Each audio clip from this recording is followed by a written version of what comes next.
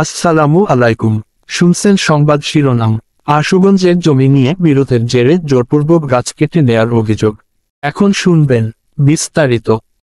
ব্রাহ্মণবাড়িয়া আশুগঞ্জের জমি নিয়ে বিরোধের জের ধরে জোরপূর্বক গাছ কেটে নিয়ে যাওয়ার অভিযোগ উঠেছে। বৃহস্পতিবার সকালে উপজেলার লালপুর ইউনিয়নের হোসেনপুরের আনোয়ার হোসেনের বাড়িতে এই ঘটনা ঘটে।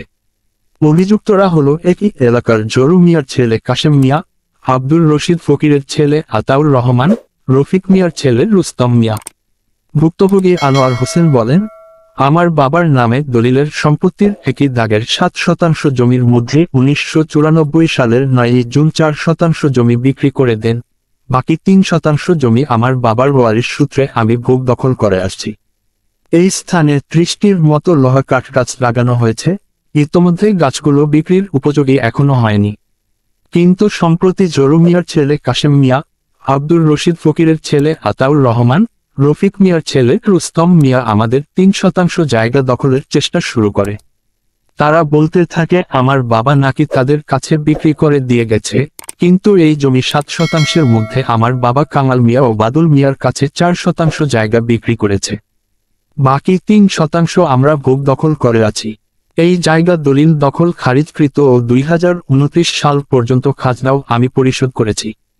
এই জায়গা নিয়ে কাশেম মিয়া, আতাউর মিয়া ও রুস্তম মিয়ার সাথে আমার কোন কিছুই নেই। আমার অবর্তমানে তারা কেন আমার জায়গা দখল করতে আসে ও আমার 3টি গাছ কেটে ফেলে?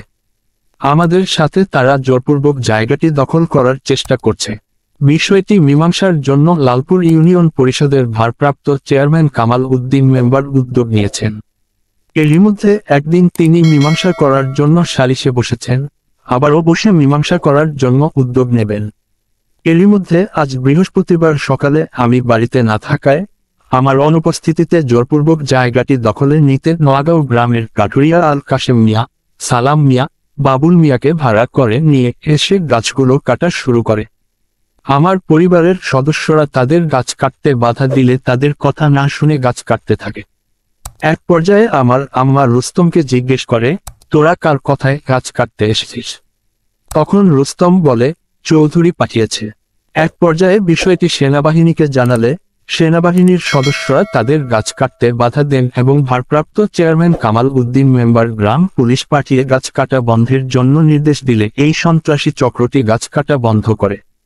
তবে গাছ কাটা বন্ধ না রেখে লোহার গাছের প্রায় 40 ফুট উঁচু 3টি গাছ কেটে ফেলে দেয় চক্রটি। 3টি গাছের মূল্য হবে 25,000 হইতে 30,000 টাকার মতো। কামাল উদ্দিন মেম্বার বলেন, আমি বিষয়টি মীমাংসা করার জন্য উদ্যোগ নিয়েছি। তবে এরই মধ্যে গাছ কাটা শুরু করেছে, জানতে পেরে গ্রাম পুলিশ পাঠিয়ে তাদের গাছ না কাটতে বলেছি। বিষয়টি মীমাংসা হওয়ার আগ পর্যন্ত যেন কোন কিছু না করে। ব্রাহ্মণবাড়িয়া 24.news